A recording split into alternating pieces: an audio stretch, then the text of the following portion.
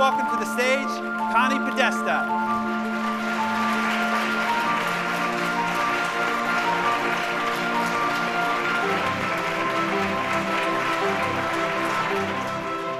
I have tons and tons of different delivery styles. So what about if we try this? What if I give you 2 delivery style choices and you all vote? How's that sound? Choice number 1. I too have an unbelievable PowerPoint presentation. Then I will hand out little workbooks and you can fill in all the spaces. And then, here's the best part, I'm going to put you into little groups of 5.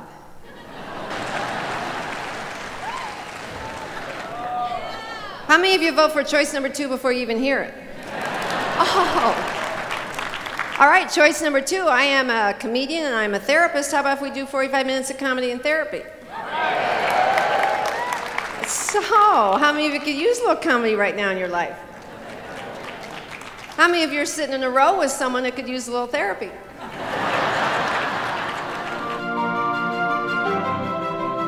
If there's any soundbite you're going to take away from me is business as usual is over.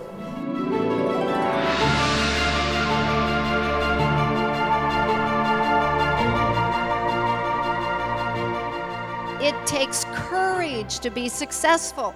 We got to be willing to lay ourselves out there, be brave, take risks, and do the right thing.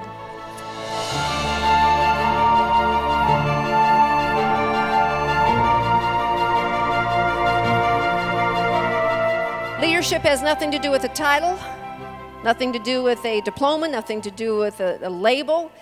Leadership means that you understand that you are influencing someone, a child, a coworker, a peer, someone in the grocery store. You are influencing someone every time you are in the presence of another human being.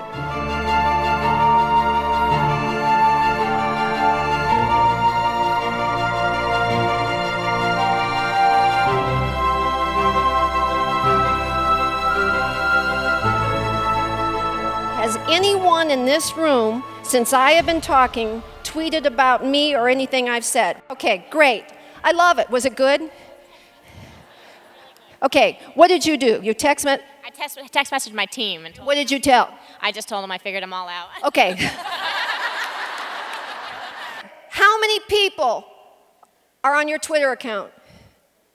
240. How many of you else tweeted in here? Any of you have over 1,000? How many do you have on your Twitter account? 1,700. There is no PR as good as that.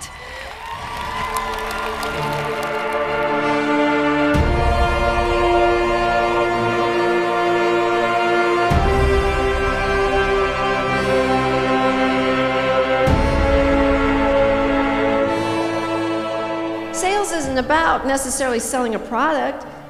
Sales is about selling ideas. Sales is about selling yourself. I do about 5 radio interviews a week, and the #1 question and call-in I get is, how do I keep my job? And I say, because you better sell yourself. Nobody better be more proud, more assured that you have an absolute attachment to the bottom line of your company, that you validate what you are, that you bring value to this. If I were to walk up to any of you, CEO of your company or your business, and say, why should we keep you? You better have a 30-second answer that comes out of your mouth like that.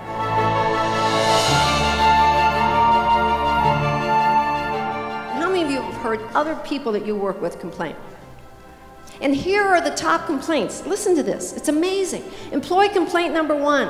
Connie, you won't believe how hard we work. Work, work, work. My company expects that I work from the moment I walk into the building until the moment I leave. Duh. That's why they call it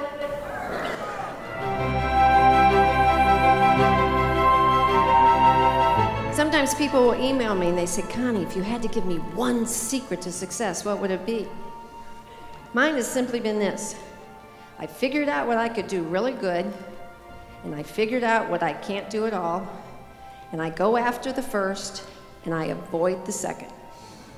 And sometimes people say, well, Connie, isn't the journey about learning and I don't have time for that.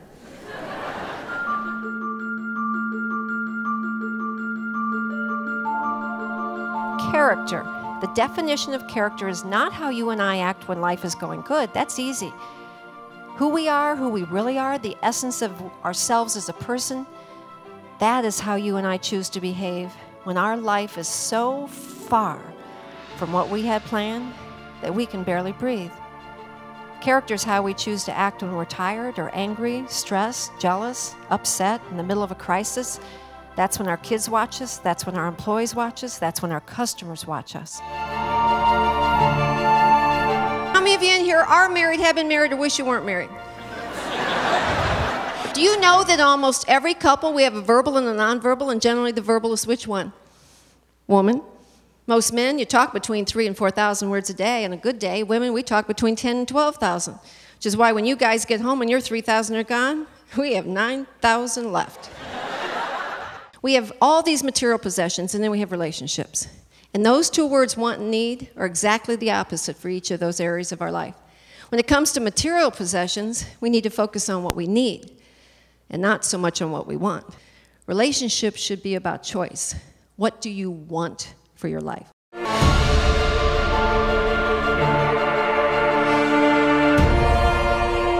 I would put it to you that happiness is not a given.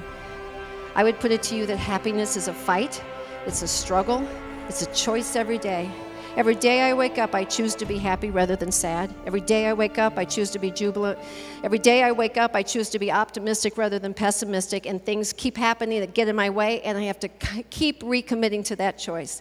Because if you believe you deserve happiness, you won't fight for it.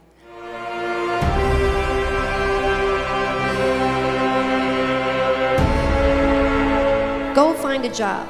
Whether you like it or you don't, whether you love it or not, whether you have a passion for it or not, but have a passion for doing one thing, doing it right, doing it well, doing it good, and learning every single thing you can. Because the things that we do that we don't like are probably going to determine more what we finally end up doing that we love than almost anything else in the world.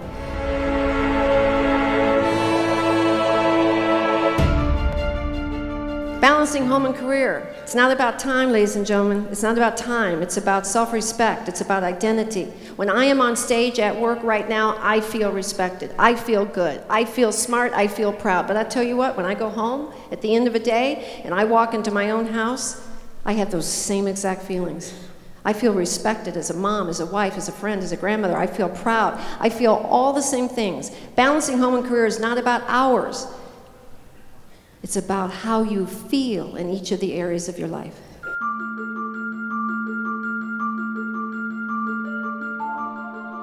The day that you can answer yes to 2 questions, are you really proud of your professional choices? And at the end of the day, are you really proud of your personal choices? The day you can answer yes to those 2 questions, there will not be a richer person in the world than you.